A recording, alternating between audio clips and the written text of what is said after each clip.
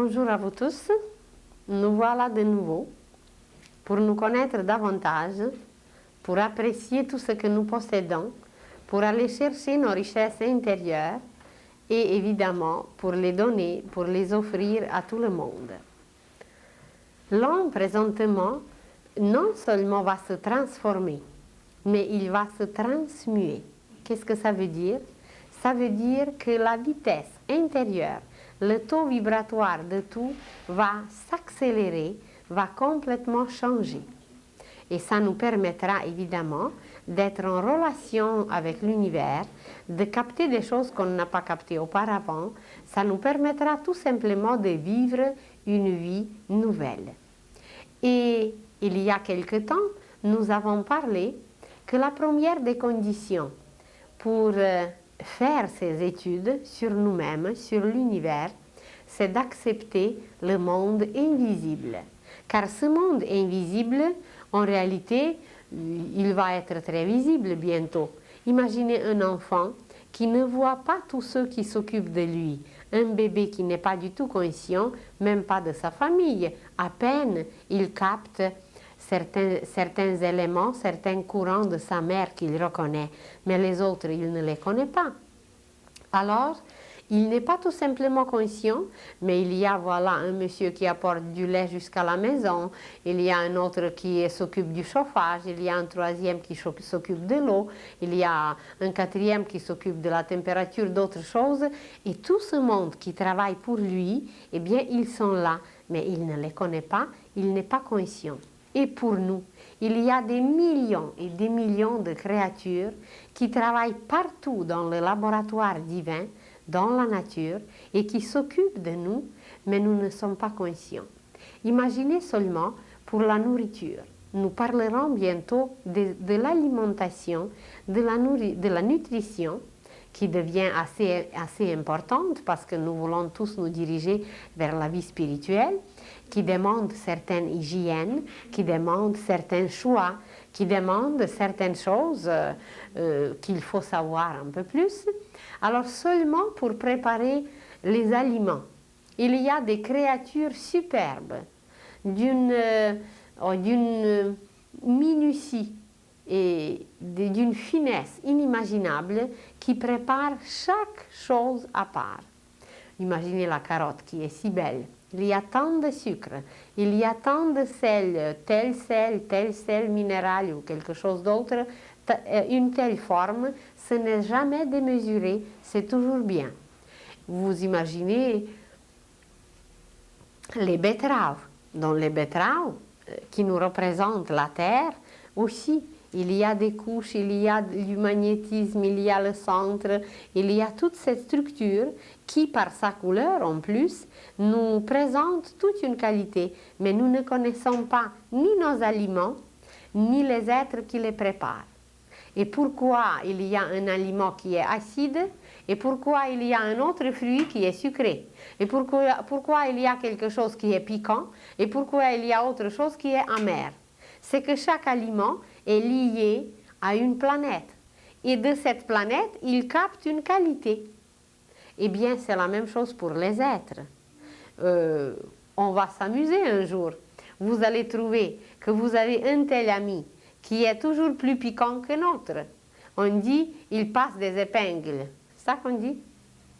Passer des épingles ou donner des épingles, je ne sais pas exactement le verbe, mais en tout cas c'est lié aux épingles. Ça veut dire quelqu'un qui aime piquer, quelqu'un qui a du plaisir de piquer les autres. Alors c'est qu'il est plus lié à une certaine planète et que voilà, il devient piquant. D'ailleurs, tout ce qui est piquant, comme nourriture, c'est lié à Mars. Tout ce qui est acide, c'est lié à Mercure. Tout ce qui est douceur sucrée, c'est lié à Vénus.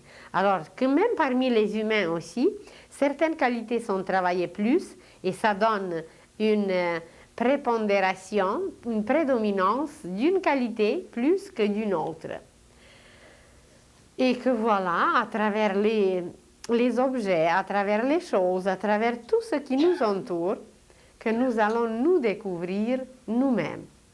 Et ce que nous avons dit la semaine passée, que l'univers entier est composé de certains degrés de conscience, de degrés de qualité, de degrés évolutifs, alors à travers ces degrés aussi, nous allons découvrir qu'ils sont en nous et qu'ils se présentent comme des qualités. Et quand on a regardé une image qui était liée aux 7 esprits devant le trône, nous avons vu ces êtres sublimes comme des sphères présentées par des couleurs différentes. Et que voilà, il y a le rouge, il y a l'orange, il y a le jaune, il y a vert, bleu, violet, indigo. Et ces mêmes boules, quand nous les présentons, mais d'une autre façon, quand nous les présentons comme un cône, quand nous les présentons, d'ailleurs c'est la même chose, seulement il faudrait les poser dans cette position, verticalement et non horizontalement, alors ça va former un cône, une pyramide.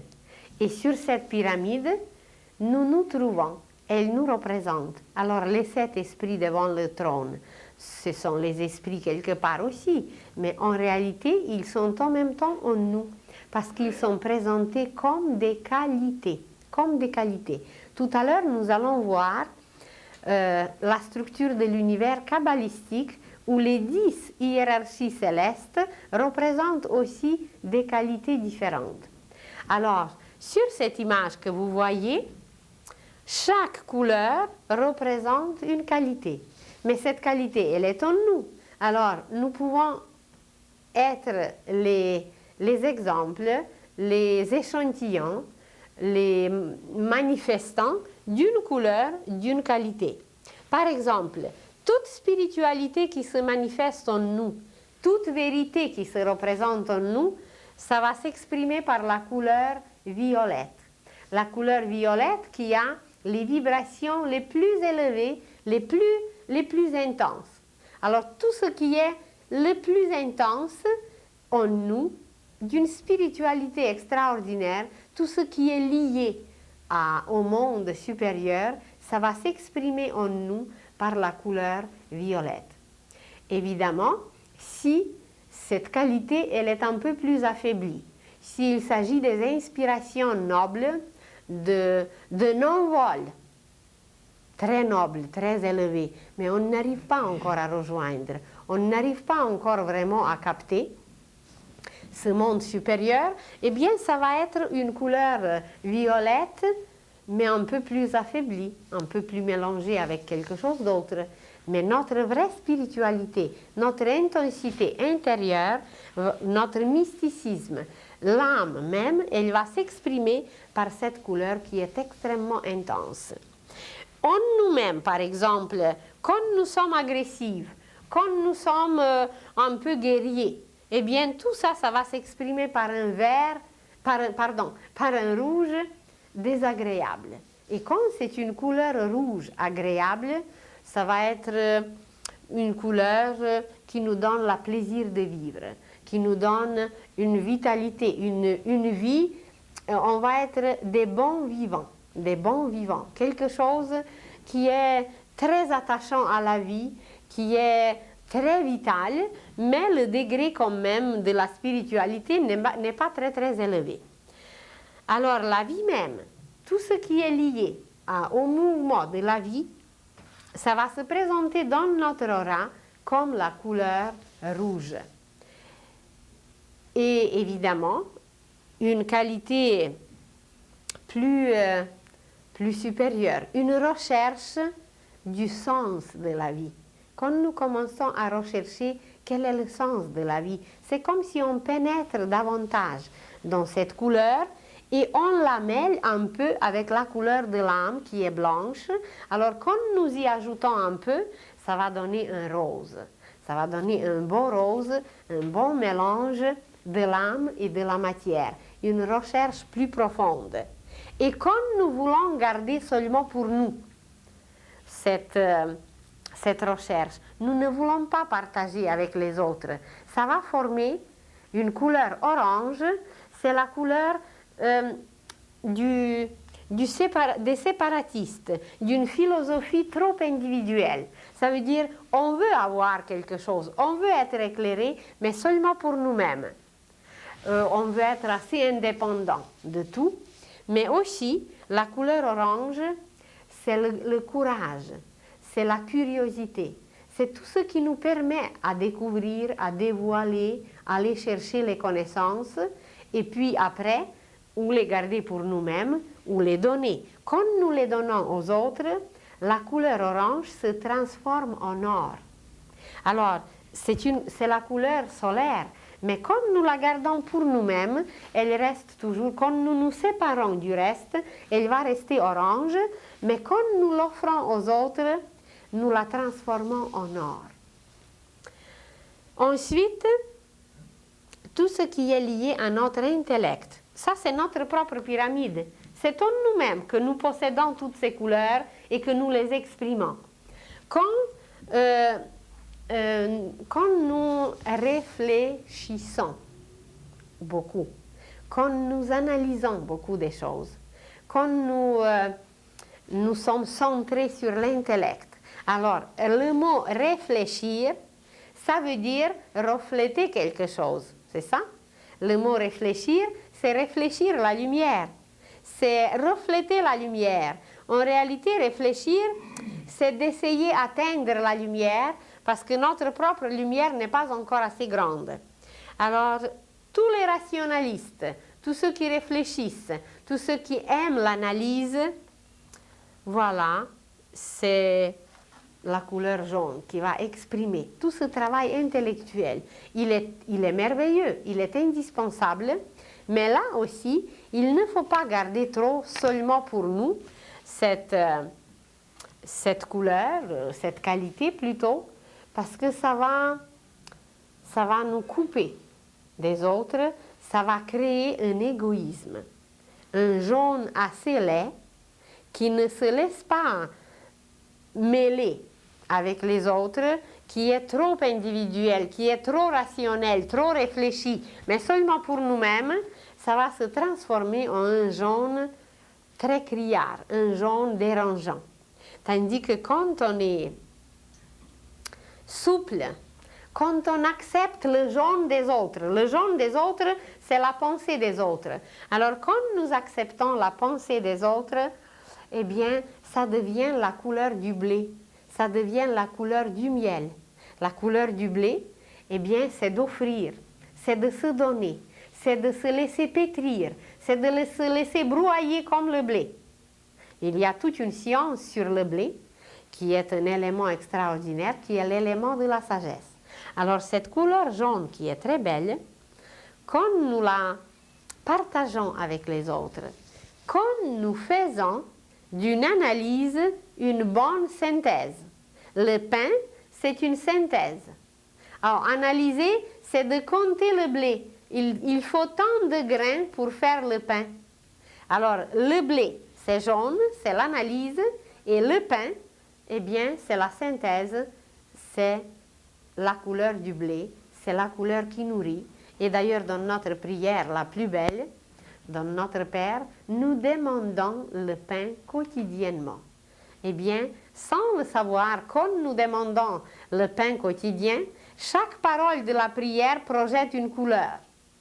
Alors, nous émettons une belle couleur blé doré, blé or, parce que chaque parole de la prière, tout est d'ailleurs coloré. Dans le monde invisible, ce n'est que des couleurs. C'est des flambeaux des couleurs, c'est des océans, des vagues, comme vous voulez, mais c'est plein de couleurs.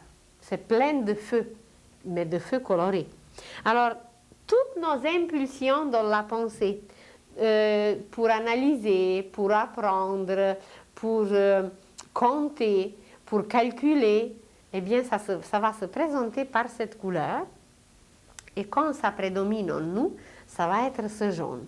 Et si nous voulons garder tout ce qu'on a calculé, tout ce qu'on a compté, tout ce qu'on a analysé, si nous voulons le garder seulement pour nous, eh bien, ça va créer un jaune très désagréable. Je ne veux pas vous dire jusqu'à où ça peut aller, mais vous pouvez en conclure vous-même un jaune en tout cas désagréable. Tandis que si nous voulons partager nos connaissances, si nous voulons partager notre blé, bien évidemment, ça va se manifester comme une couleur extrêmement agréable, une couleur très belle, presque transparente, miel, blé, or, une très très belle couleur. Et chacune de nos pensées qui est partagée avec les autres, une pensée de donner, une pensée d'offrir, eh bien ça va être lié avec cette couleur dans notre propre pyramide. Ensuite, tout ce que nous emmagasinons, qui se présente comme du matériel, tout ce que nous cherchons et que nous déposons en nous et que nous pouvons l'utiliser par la suite pour la croissance, pour l'expression, pour la manifestation. Ça se présente en nous comme la couleur verte qui est la couleur de l'économie. Ça veut dire si nous sommes des bons économes, si nous nous faisons des bonnes réserves, pas pour les garder pour nous, mais pour les diffuser, pour les distribuer. Alors par la suite, ça va donner une très belle couleur verte. Et si nous observons bien la nature, regardez comment dans la nature cette couleur prédomine. Parce que la nature, c'est la circulation de l'univers. C'est la circulation, et dans cette circulation, on ne peut rien garder pour soi, il faut toujours tout donner. Mais regardez le cœur, imaginez que le cœur décide de garder le sang pour lui, qu'il n'envoie nulle part. Eh bien, on va mourir, évidemment. Alors, dans cette circulation de la nature, la couleur verte représente justement la bonne économie, le bon équilibre, la bonne croissance. Et puis, dès que cette circulation arrête, eh bien, ça se dessèche. Quand une plante se dessèche, c'est que la circulation cosmique a arrêté son processus. Et en nous, c'est pareil. Même si, à un certain âge, physiquement, un jeune homme ou une jeune fille ont arrêté de pousser, de grandir, de croître. Mais ils commencent à croître en sagesse. Alors, c'est qu'il y a toujours quelque part une croissance si nous savons bien utiliser cette qualité. C'est la qualité d'utilisation des richesses intérieures. C'est par cette qualité que nous emmagasinons des choses et qu'intérieurement, nous devenons des riches. Car intérieurement, en réalité, nous sommes très riches. Si nous avons travaillé les qualités, si nous avons travaillé les vertus, c'est là la vraie richesse qui dure, même si on part de la terre, ça continue pareil. L'âme les possède pour toujours. Alors, la couleur verte exprime cette bonne économie. Et si nous regardons l'économie du monde aujourd'hui, eh bien, elle ne projette pas la belle couleur verte parce que l'économie mondiale, elle se dessèche. La circulation cosmique n'y est pas et c'est pour ça que la situation économique dégringole. Mais bientôt, là on est en hiver de notre civilisation, mais bientôt elle va reprendre et tout va bien aller. Alors ensuite, en chacun de nous, intérieurement, il y a des liens qui nous relient à la divinité, qui nous relient au monde divin. Et que chacun dans sa vie connaît les moments où on a envie de se cacher quelque part et puis de prier. Seulement nous, pour que personne ne nous voie. Ce sont les moments très très intérieurs, les moments où on a l'impression qu'on est en relation avec l'univers entier. Imaginez que vous avez eu la peine. Vous avez eu la peine, des soucis, et ça a duré assez longtemps. Et tout d'un coup, sur votre chemin se trouve une église. Et vous entrez dans l'église et vous vous mettez à genoux et vous commencez à prier. Mais vos soucis vous dérangent encore et vous oubliez la prière. Et puis ça frappe, ça tape dans votre intellect, dans votre tête, mais vous recommencez la prière. Et que voilà, vous arrivez jusqu'à la moitié, mais là, les soucis reprennent et vous oubliez la prière. Mais pour la troisième fois, vous avez réussi à la finir. Et tout d'un coup, vous vous sentez tellement bien.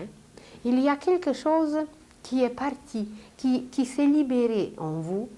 Et puis, vous regardez autour si personne ne vous voit. Il y a une petite larme libératrice qui vous libère de tout et vous vous sentez très bien. Et c'est un moment où vous êtes liés, où nous sommes liés intérieurement avec l'univers entier, où Dieu nous parle. Car en réalité, Dieu nous parle dans les moments très silencieux. Alors tous ces moments de silence intérieur, d'une harmonie intérieure, qu'il y a un équilibre qui s'est installé intérieurement et qu'on le ressent. C'est un état musical. Et c'est lié à ce bleu, c'est la couleur de la religion, c'est la couleur de philosophie, c'est la couleur de l'harmonie, c'est la couleur de paix. Alors un bleu très profond qui nous permet de vibrer intérieurement et on n'a pas de parole, on n'a plus rien à dire, on peut d'ailleurs rien exprimer par la parole, tellement c'est intense à l'intérieur. Alors ça propage une couleur très belle, un très beau bleu qui se répand, qui se répand.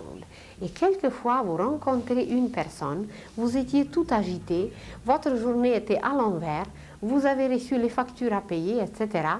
Et tout d'un coup, vous rencontrez quelqu'un et vous ressentez une paix s'installer en vous. Vous ressentez comme si c'était une musique, quelque chose de très harmonieux qui s'installe en vous.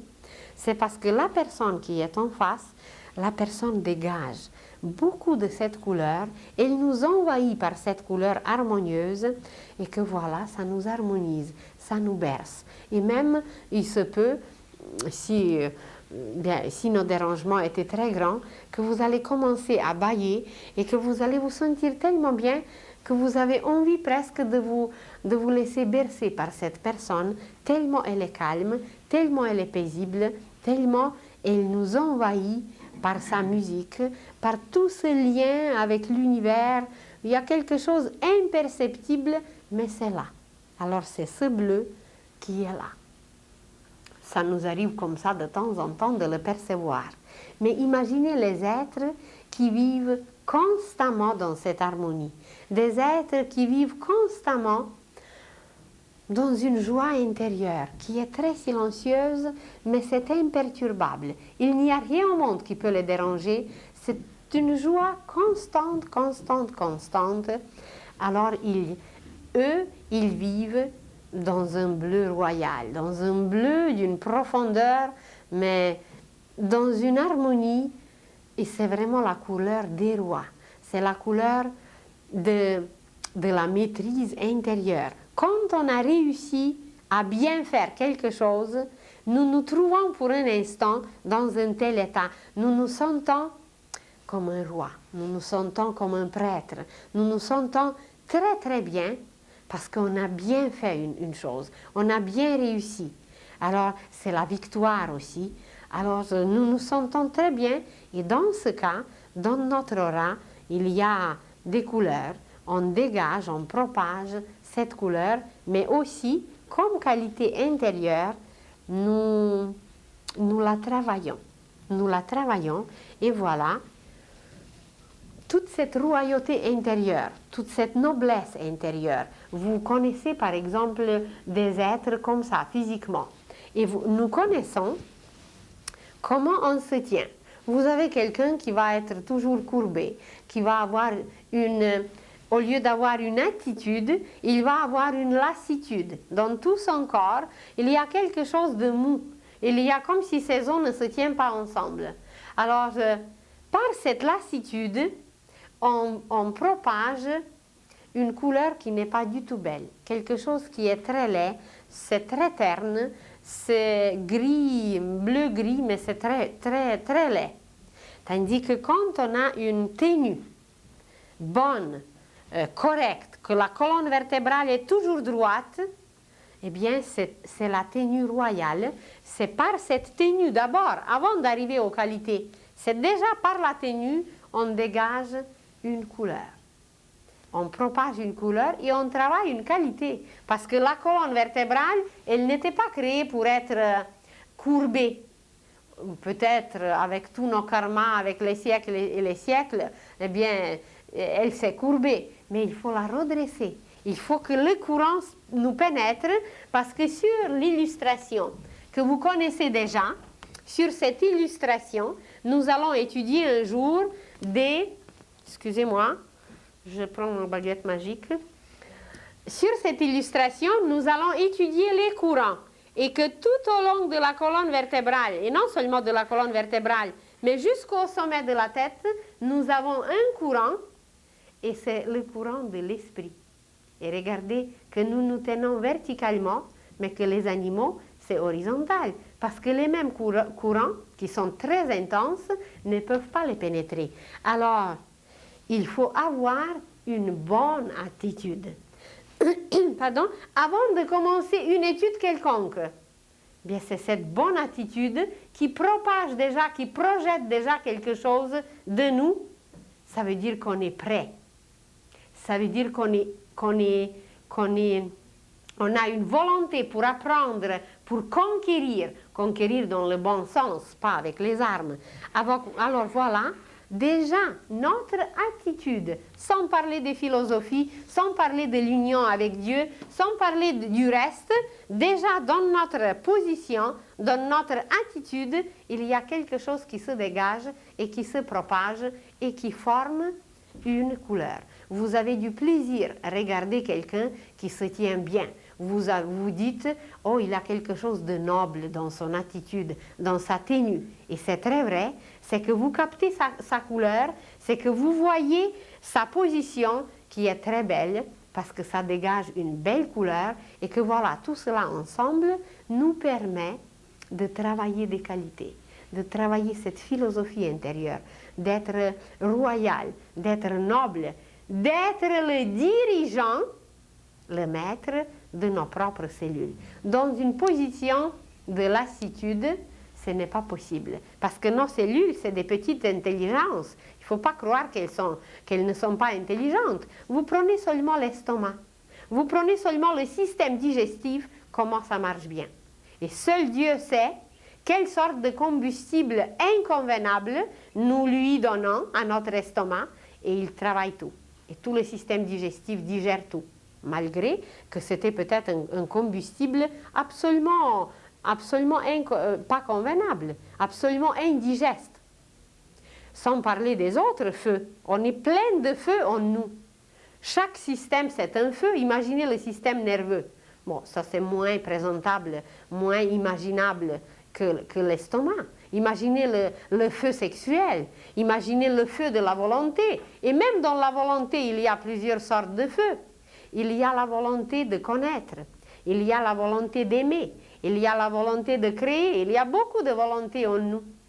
Et chacune de ces volontés, de ces qualités, c'est un feu, avec un combustible unique. Un tel combustible et pas autre chose. Quand vous faites le plein pour votre voiture, bien, vous ne mettez pas du lait. Et pourtant, ben, c'est quelque chose de merveilleux, mais pour un bébé, pas pour votre voiture. Vous ne mettez pas du miel non plus. Alors, pour nous, c'est pareil. Pour chaque partie, pour chaque feu, c'est un combustible. Et notre tenue, notre position, notre attitude, c'est déjà le point de départ bien, pour tout ce qu'on va faire. On va même apprendre comment se lever le matin. D'ailleurs, la sagesse populaire le condense déjà dans une phrase de se lever du bon pied. Eh bien, c'est une très grande sagesse de se lever du bon pied.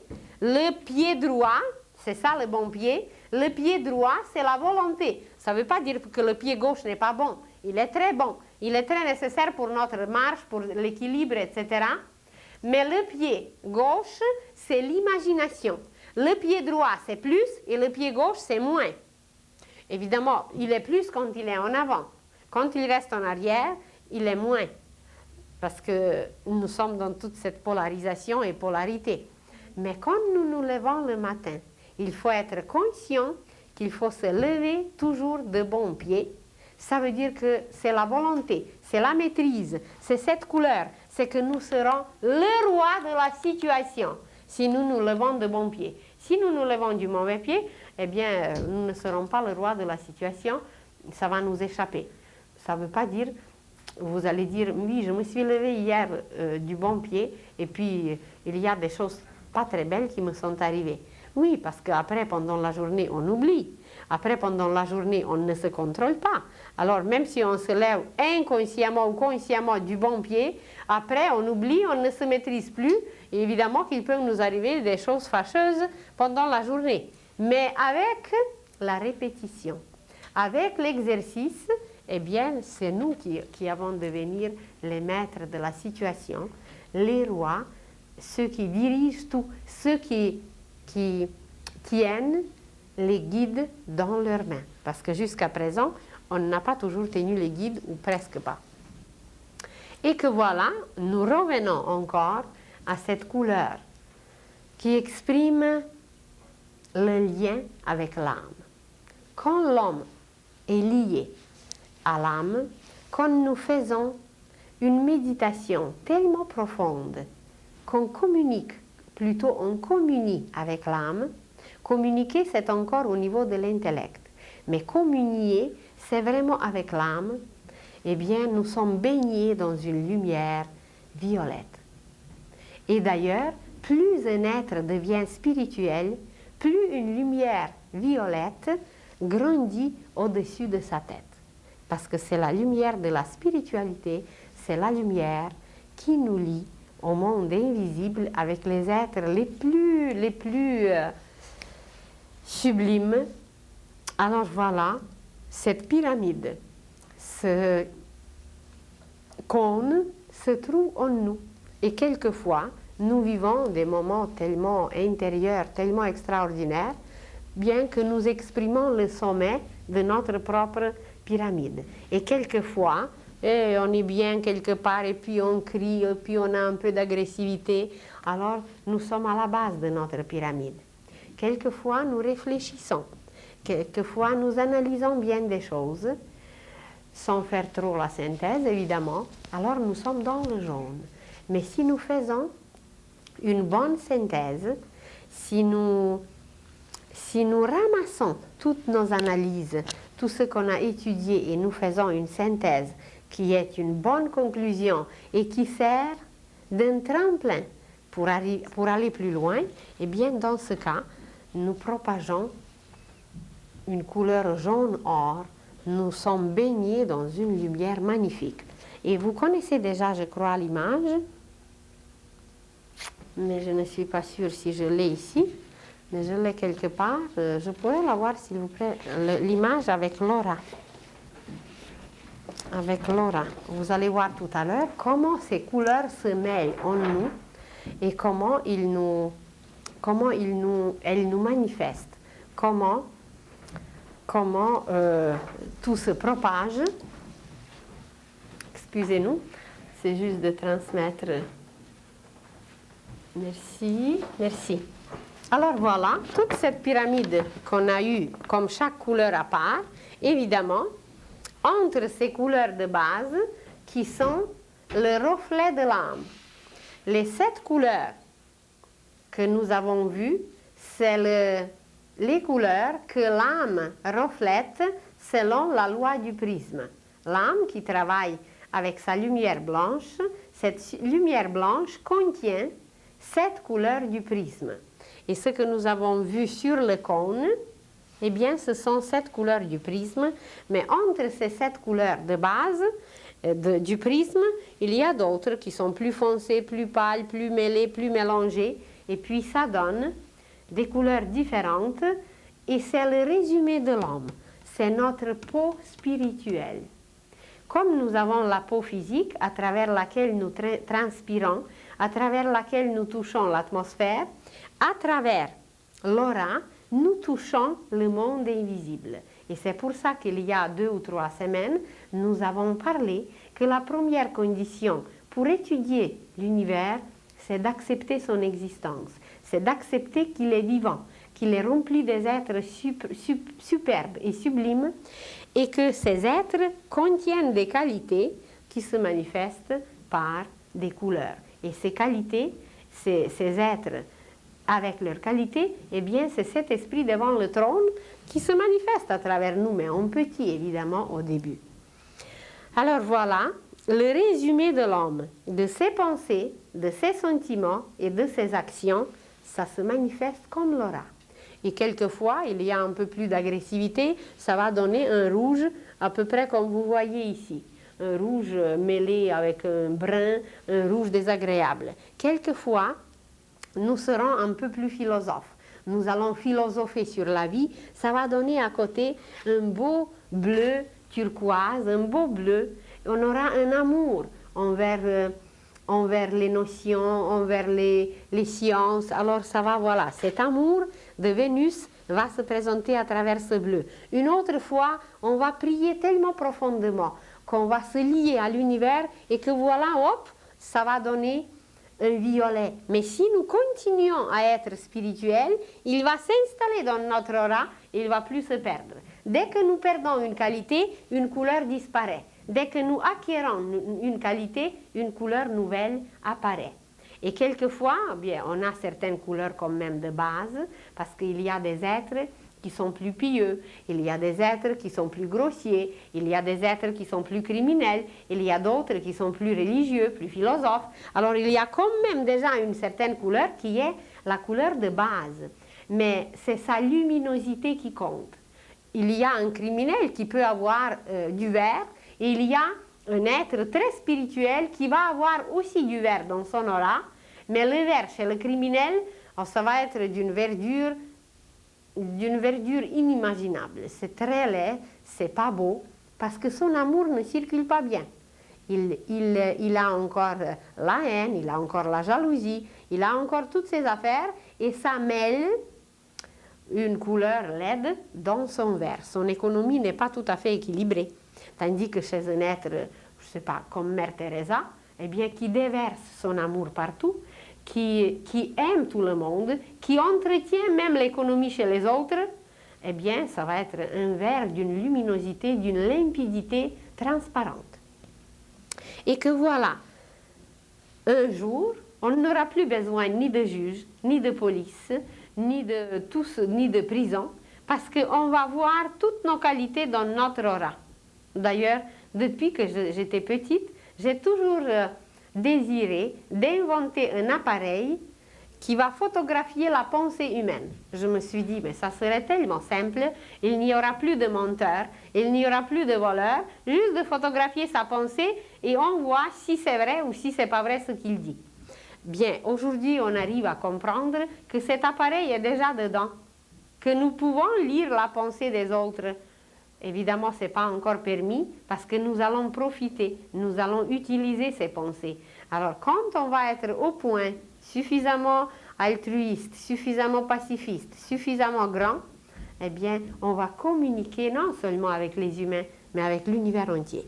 Et que voilà, nous touchons l'atmosphère spirituelle, le monde invisible, les anges, tout ce monde qui peuple l'univers, nous les touchons par l'aura, comme nous touchons un arbre, un objet, par la peau physique. La peau physique a sa correspondance dans notre aura qui est la peau spirituelle. Nous nous touchons d'ailleurs mutuellement. Vous entrez dans l'autobus et votre aura transmet quelque chose aux autres et de chez les autres, vous retirez quelque chose. Il y a certains qui n'aiment pas la foule. Il y a certains êtres qui n'aiment pas trop aller là où il y a trop de monde. Parce que leur aura absorbe beaucoup et dès qu'ils arrivent à la maison, même s'ils sont obligés d'aller quelque part où il y a beaucoup de monde, ils sentent le besoin de se laver immédiatement, de changer le vêtement. Et ça, c'est une très bonne habitude quand vous arrivez de la ville, quand vous arrivez de quelque part où il y avait beaucoup de monde. Même si c'était les gens assez gentils, il faut changer le vêtement. Il faut se laver complètement, prendre une douche, parce que par le fait de se laver, par le fait de changer le vêtement, nous libérons de certains fluides qui peuvent être nocives, qui peuvent nous-mêmes donner le mal de tête. Alors, ou même on peut attraper une maladie. Évidemment, vous connaissez les maladies contagieuses. Ça s'attrape d'abord à travers l'aura. Si notre aura est suffisamment puissante, il n'y a aucune maladie qu'on attrapera.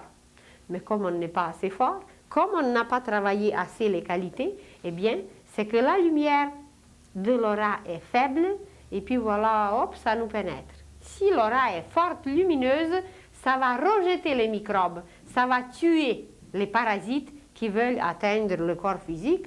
Le corps physique, c'est très bas, c'est la fondation, tandis que l'aura, eh bien, c'est quelque chose. Alors, les disciples apprennent à travailler avec l'aura, à renforcer leur couleur.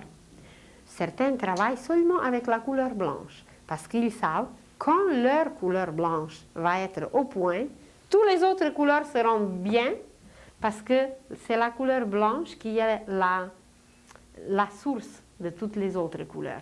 Et la couleur blanche, c'est la pureté. Alors, ils travaillent sur la purification, sur la pureté. Et d'ailleurs, Jésus nous a dit, ayez le cœur pur. Il ne nous a pas dit, ayez l'intellect pur et faites des miracles quelque part, faites des prodiges ailleurs. Il nous a dit qu'il faut avoir le cœur pur. Parce que le cœur, c'est l'instrument de l'âme.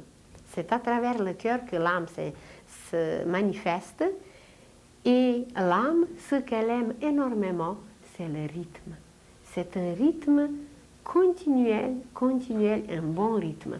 Et tout le monde sait comment notre cœur, ses battements, c'est un rythme. Mais à travers ces battements physiques qu'on entend, il y a un autre rythme, il y a une couleur, il y a beaucoup d'autres choses qui s'expriment. Alors, et imaginez qu'il n'arrête jamais. Tandis que nous, dans nos autres efforts, eh bien, on fait un peu la grève, on fait un peu la paresse. C'est qu'on dérègle, on est dérythmé. On devient des êtres qui n'ont plus de rythme parce qu'on dérègle le rythme de l'âme. Alors, il faut suivre l'exemple du cœur et être constamment dans un rythme. Et dans ce cas, non seulement qu'on aura des belles couleurs, mais on va les rendre tellement lumineuses par un rythme constant, on va les rendre tellement lumineuses que ça va être une couleur transparente, presque or, un rouge or, un jaune or, un bleu or, tissé de l'or, tissé de lumière, parce que la lumière, c'est la sagesse. Alors on va être tellement sage, tellement connaissant, tellement puissant, que voilà, on va devenir des vrais soleils. Et la destinée de l'homme, c'est devenir un jour comme le soleil. Alors, comment renforcer l'aura? Bien, on peut travailler sur la couleur blanche, on peut travailler sur une couleur particulière comme qualité, ou sur n'importe quelle qualité. Ça va renforcer notre aura, ça va la rendre lumineuse et ça va nous protéger, car c'est l'aura qui est la plus grande protectrice. Peut-être je vous ai déjà raconté l'exemple imaginez qu'il y a un avion qui s'écrase et que dans cet avion, il y avait 265 personnes et 264 personnes, après l'écrasement, sont introuvables, inidentifiables. Il y a une survivante ou avec quelques petites fractures. Mais c'est son aura. Si tous ceux qui font les enquêtes par la suite pendant des semaines et des semaines, inutilement évidemment, pour savoir comment se fait-il qu'une seule a survécu, eh bien c'est grâce à son aura. Il y avait une seule son aura était tellement puissante qu'elle a rejeté toutes ces matières métalliques et que voilà, ça fait un dôme, ça fait un œuf autour de nous et même la radioactivité ne peut pas pénétrer quelqu'un qui a une aura puissante parce que c'est trop fort, c'est une lumière trop forte. Je connais quelqu'un personnellement qui a une aura, mais d'une puissance inimaginable. Et évidemment, avec toutes nos installations, c'est quelquefois malcommode. Et cette personne a passé à l'aéroport Kennedy aux États-Unis, la personne a passé par la douane. Et son aura, la personne n'avait rien sur elle, elle n'avait pas de rien dans les poches, rien, aucun sac, rien. La personne a passé sans rien et en passant comme ça, le système d'alarme s'est déclenché dans tout l'aéroport. Et puis on l'amène chez le chef de la douane, ou je ne sais pas de quoi là, on l'amène chez le chef, ils font un contrôle complet, il n'y avait rien dans les poches, il n'y avait rien nulle part, et puis il lui donne un papier pour repasser la douane, ou je ne sais pas, un passage là, et la personne repasse, et puis le système d'alarme se déclenche encore. Alors vous voyez, si nous avions déjà les auras si fortes, eh bien on ne pourra pas passer tranquillement, je ne sais pas, quelque part par la douane, parce que ça va déclencher le système d'alarme, puis ça va éveiller inutilement plusieurs personnes, tandis que comme ça, nos auras sont encore assez neutres, assez petites, alors on passe, puis on est faible, puis on tombe, puis on se lève, mais de plus en plus, nous allons apprendre à travailler avec notre aura, qui est une lumière extraordinaire, qui doit contenir seulement les qualités, qui doit nous exprimer dans toute cette gamme des couleurs de l'âme, dans toutes ces qualités merveilleuses, mais évidemment, il faut les cultiver, il faut les travailler, et par la suite, alors tout va bien aller. Alors, nous sommes liés à l'univers par notre aura. Et quand les êtres invisibles nous observent, ça ne les intéresse pas tellement quelle sorte de souliers nous avons. Ça ne les intéresse pas qu'est-ce que nous allons hériter de notre grand-père. Ça ne les intéresse pas quelle sorte de voiture nous avons.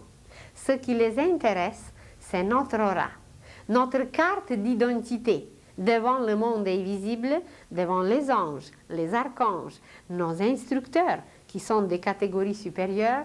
Notre carte d'identité, c'est notre aura. Peu importe si nous avons 1 million dans le compte de banque, ça ne les intéresse pas du tout. Si notre aura est terne, nous pouvons avoir des milliards, nous pouvons posséder la terre entière, c'est impossible disons, nous pouvons posséder des terrains et des je ne sais pas quoi, ça ne les intéresse pas du tout parce que si nous n'avons pas de qualités intérieures, ça ne se projette pas dans notre aura, toute cette richesse. Au contraire, ça donne des soucis, ça crée toutes sortes d'ennuis. Et comme ce n'est pas dans l'aura, ça va être un être humain imperceptible. Imaginez l'océan la nuit et qu'il y a 4 milliards de bateaux sur l'océan.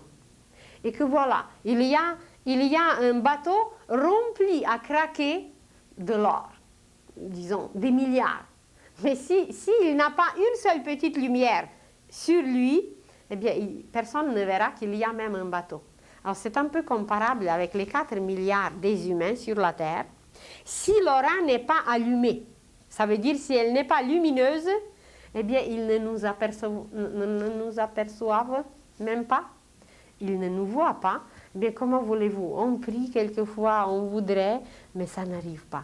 Évidemment, parce qu'on n'a pas projeté une lumière, on ne s'est même pas aperçu qu'il y avait une demande. C'est comme si vous envoyiez une lettre sans marquer l'adresse ou sans mettre les timbres. Sans timbre, peut-être ça pourrait se rendre, mais celui qui va recevoir, il doit payer. Alors, ou que c'est écrit illisiblement. Alors, voilà, c'est ça notre aura. C'est une écriture extraordinaire et c'est par cette écriture que nous projetons et qu'après tout arrive. N'importe quel désir qui est évidemment valable pour l'humanité, pour la planète, pour la paix, pour l'amour, pour la réalisation de toutes les merveilles sur la terre, ça se réalise, mais il n'y en a pas beaucoup. Présentement, nous ne sommes pas encore très nombreux pour demander une vie sur la terre, mais une vie divine. Eh bien, c'est pour ça qu'il y a toutes ces sciences ésotériques, initiatiques, qui nous expliquent un peu comment ça marche pour qu'on se lance, pour qu'on s'engage dans ce travail merveilleux. C'est juste de demander. Et puis, on se croit qu'on est des chrétiens, on se croit qu'on est des intelligents. Et puis, en réalité, qu'est-ce que Jésus nous a dit? Il a dit, demandez le royaume de Dieu et sa justice sur la terre, et tout le reste vous sera donné en surcroît, ça? Eh bien, qui demande? Peut-être comme ça de temps en temps, un parmi 10 000, un parmi plusieurs qui vraiment demandent le royaume de Dieu sur la terre. Mais ce royaume de Dieu sur la terre, c'est d'abord dans notre propre terre, dans notre propre corps, et après seulement ça va s'extérioriser. Alors, si nous le demandons, eh bien tout le reste viendra comme surcroît. Mais on ne le demande pas encore, on ne sait pas qu'est-ce qu'il faut faire, comment il faut faire. Alors pour nous, comment se lier avec l'univers, comment faire? Eh bien, c'est exprimant les qualités, en exprimant les qualités, les vertus, en projetant des belles couleurs. Même vous ne connaissez pas encore beaucoup par exemple, mais vous vous dites aujourd'hui, demain, toute la semaine, toute cette année, même toute cette vie, je vais travailler sur la couleur bleue qui est la paix, qui est l'harmonie, qui est la musique, qui est tout ce qui est le plus calme, le plus beau. Alors, et vous travaillez et vous sortez de la maison et vous imaginez que vous inondez la terre entière dans une lumière bleue. Vous achetez quelque chose, une petite bougie, une petite lumière en bleu, une petite fleur en bleu, ou une violette, une couleur encore plus supérieure, et qu'en travaillant sur une couleur pure, limpide, une qualité belle, petit à petit, on va influencer, inonder, tromper dedans les humains pour que tout s'améliore. Mais comme personne n'est conscient, personne ne travaille, alors tout le monde reste dans ses misères. Et voilà, comme le soleil qui projette ses rayons jusqu'à dans notre maison, l'être humain va devenir la même chose. Seulement le soleil, qui avait au début aussi des couleurs très différentes, il a tellement travaillé ses qualités que présentement c'est or. Tout est en or, tout est lumière, lumière. Et les rayons, la lumière du soleil que nous voyons, c'est l'aura des êtres qui vivent sur le soleil. Alors imaginez le degré d'évolution de ces êtres qui sont sur le soleil et qui projettent leur aura. Et peut-être je vous ai déjà mentionné qu'un jour nous parlerons du centre de la Terre et que le centre de la Terre est habité et que le centre de la Terre ressemble à un soleil en miniature et que de ce centre de la Terre jusqu'à la surface de la Terre, il y a des courants, il y a des couloirs, il y a des liens et la science commence à les connaître. Il y a un scientifique explorateur américain qui est allé au pôle Nord. Et au pôle Nord, il a découvert des choses si fascinantes qu'il ne croyait pas à lui-même, il ne croyait pas à ses yeux. Et il a fait un rapport, mais jamais personne n'a connu ce rapport. Et nous allons apprendre que voilà, au pôle Nord, il y a une ouverture qui mène jusqu'au centre de la Terre. Et qu'au pôle Nord vivent des êtres qui viennent du centre de la Terre. Et quand ces êtres sont là, quand ces êtres s'occupent un peu des humains, ils projettent leur aura. Et ici au Canada, vous voyez leur aura comme des aurores boréales. Les aurores boréales, ce n'est rien d'autre que des projections lumineuses de l'aura de ces êtres qui, voilà, veillent sur nous, qui s'occupent de nous, qui regardent comment ça marche sur la Terre et qui ont des occupations dont on n'a aucune idée, nous.